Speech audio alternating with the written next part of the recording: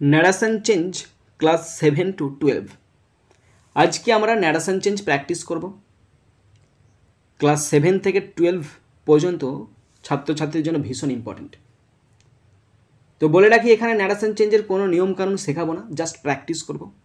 কারণ নিয়মকানুন আমরা প্রত্যেকে অনেক কিছু জানি, কিন্তু যদি প্র্যাকটিস ঠিক করে যদি না করি তাহলে কিন্তু আমরা একটাও করতে পারবো না। যদি জলের মতো করতে হয়, স্পিডে যদি করতে হয়, তাহলে তোমাকে প্র্যাকটিস করতে হবে ভীষণ পরিমাণে, তবে তুমি স্পিডে করতে পারবে। তো শুরু করছি। এখানে কোনো পার্টিকুলার সেন্টেন্সের উপর ন্যারেশন নয়, বিভিন্ন রকম সেন্টেন্স থেকে হ্যাপাজার্ডলি ন্যারেশন দেওয়া আছে, আমি সেগুলো প্র্যাকটিস করছি, তোমরাও প্র্যাকটিস শুরু করো। First, number 1, Nandini said to the new student. Nandini নতুন ছাত্ররা বা ছাত্রীটাকে বললো, which school do you come from? তুমি কোন স্কুল থেকে এসছো গো? জিজ্ঞাসা চিহ্ন দিয়ে আছে, তার মানে ইন্টারোগেটিভ সেন্টেন্সে আছে, WH ওয়ার্ড আছে, তার মানে ওটাই বসবে। তাহলে নন্দিনী লিখছি NANDINI, নন্দিনী আক্সড, ASKD আক্সড, the TH the, new NEW new, student STUDENT। Nandini আক্সড the new student which, WHICH which.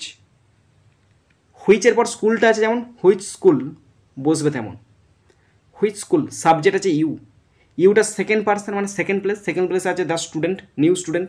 এটা ছেলেও হতে পারে, মেয়েও হতে পারে। এখানে নন্দিনী জিজ্ঞাসা করছে, কোনো একটা মেয়েকে জিজ্ঞাসা করবে, ছেলেকে তো জিজ্ঞাসা করার সাহস পাবে না, তাই হবে হুইচ স্কুল সি বসবে। ডুটা প্রেজেন্ট টেন্সে আছে, তার মানে কামটাও প্রেজেন্ট টেন্সে আছে, পাস্ট টেন্সে যাবে। Which school she came from, কোন স্কুল থেকে সে এসেছে। স্টপ। নন্দিনী আক্সড দ্য নিউ স্টুডেন্ট, নন্দিনী নতুন ছাত্রীটাকে জিজ্ঞাসা করলো হুইচ স্কুল, কোন স্কুল, সি কেম ফ্রম, সে কোন স্কুল থেকে এসেছে। Next, number 2, the cat said to the rat. বাবরে, ক্যাট র্যাটকে বলছি লেট আস বি ফ্রেন্ডস, চলো আমরা বন্ধু হই। কি বলছে? চলো আমরা বন্ধু হই। ক্যাট বলছে র্যাটকে, এসব অবাস্তব ব্যাপার। ইম্পারেটিভ সেন্টেন্স আছে, লেট আস দিয়ে ন্যারেশন। তাহলে দ্য ক্যাট প্রপোজড করছে, the cat CAT cat proposed PROPOSED, proposed the rat RAT। The cat propose the rat, তারপরে দ্যাট বসবে, that they THUI they should SHOULD they should be friends FRIENDS। Stop. The cat proposed the rat, cat র্যাটকে propose করলো, that যে they should be friends, চলো তারা বন্ধু হয়। Next, number 3, she shed, সে বলেছিল I have no interest in political matters, রাজনীতি ব্যাপারে আমার কোনো ইচ্ছা নাই, শোনো আমার কথা। এটা অ্যাসার্টিভ সেন্টেন্সে আছে। স্টপ, দেখে বুঝতে পারলাম সাবজেক্ট অবজেক্ট ভার্ব আছে, তার মানে এটা অ্যাসার্টিভ সেন্টেন্স আছে। তাহলে হবে she said SAIDC said that THD that. আইটা ফার্স্ট পার্সন, মানে ফার্স্ট প্লেসে সি আছে, তার মানে সি বসবে, that C.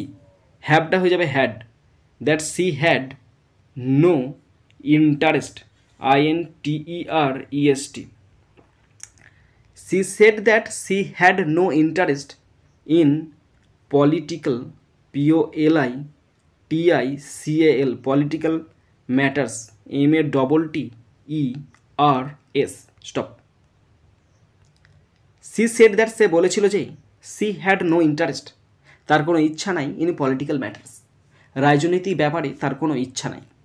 Number 4, the author shed to the publisher, লেখক প্রকাশককে বলল প্লিজ পে, দয়া করে পরিশোধ করুন, ধার দেনাগুলো আমাকে মিটিয়ে দিন। তাহলে অথর এটা কি বলছে? এটা ইম্পারেটিভ সেন্টেন্সে অনুরোধ করছে।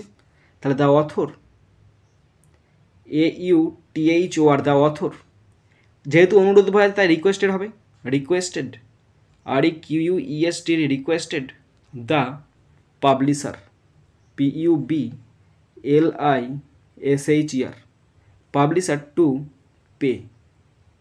Stop. The author requested the publisher, author request করেছিল পাবলিশারকে টু পে, পরিশোধ করতে। Number 5, the child said I want the toy, শিশুটা বলছে আমি ওই খেলনাটা চাই, ওই খেলনাটাই আমার চাই। অ্যাসারিভ সেন্টেন্স আছে, কিছুই ব্যাপার নয়। তো তোমরা বলতে পারো দাদা বুঝবে কী করে যে অ্যাসারিভ সেন্টেন্স আছে কি ইম্পারেটিভ সেন্টেন্স আছে?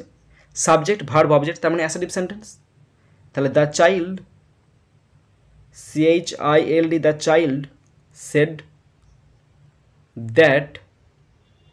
এবার দেখো চাইল্ডের কোটেশনের ভিতরে সাবজেক্ট আছে আই মানে ফার্স্ট পার্সন, মানে ফার্স্ট প্লেসে কে আছে? The child.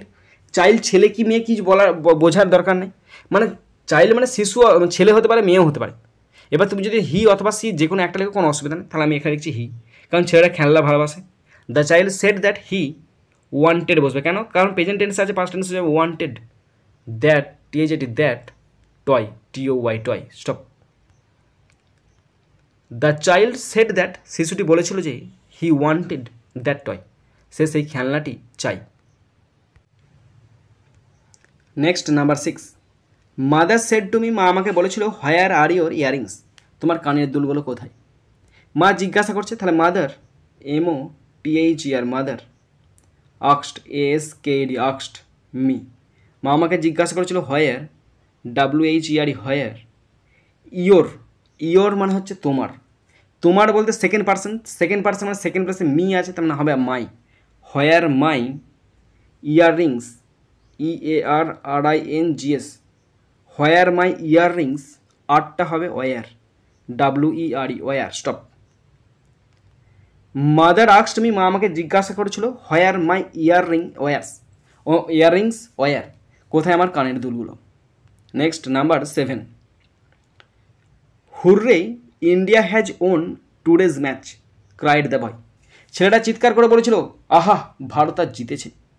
এটা এক্সক্লামেটরি সেন্টেন্সে আছে, ছেলেটি আনন্দ সহকারে বলছে। তাহলে the boy exclaimed EXCLAIMED, the boy exclaimed with joy, the boy exclaimed with joy that THAT that, the boy exclaimed with joy that India হ্যাজটা হবে হ্যাড, ওন WN ওন, টুডেটা হবে that day's match MATCH stop. The boy exclaimed with joy, মেয়েটি আনন্দিত হয়ে বলেছিল that যে India had won, Bharat জিতেছে, দ্যাট ডেজ ম্যাচ, ভারত সেই দিনের ম্যাচটা জিতেছে। নেক্সট নাম্বার 8, হি সেড, সে বলেছিল I may leave early today, আজকে আমি সকাল সকাল যেতে পারি। এটা অ্যাসার্টিভ সেন্টেন্স আছে, চাপের কিছু না, দেখে দেখে করে দিচ্ছি। হি সেড যেমন আছে তেমন বসবে। হি সেড দ্যাট, সে বলেছিল যে, সাবজেক্ট আছে আই মানে ফার্স্ট পার্সন মানে ফার্স্ট প্লেস আছে হি, তাহলে হি বসবে। দ্যাট হি, মেয়েটা হবে might, that he might leave LEAV leave early EARLY early, টুডেটা হবে that day DAYD stop. He said that he might leave early that day, সে আজ সকাল সকাল ত্যাগ করবে বা ছেড়ে যাবে। তাহলে he said that he might leave early that day. Next number 9, the happy prince said swallow little swallow will you bring the ruby. এটা তোমাদের হোমওয়ার্ক, তোমরা অবশ্যই করবে। অ্যাসার্টিভ সেন্টেন্স আছে, ইন্টারোগেটিভ সেন্টেন্স আছে, তোমরা করবে, কমেন্ট বক্সে কমেন্ট করে জানাবে। Last number 10, my father said to me why did you do it. এটাও ইন্টারোগেটিভ সেন্টেন্স আছে, এটাও তোমরা হোমওয়ার্ক করবে, অবশ্যই কমেন্ট বক্সে কমেন্ট করে জানাবে।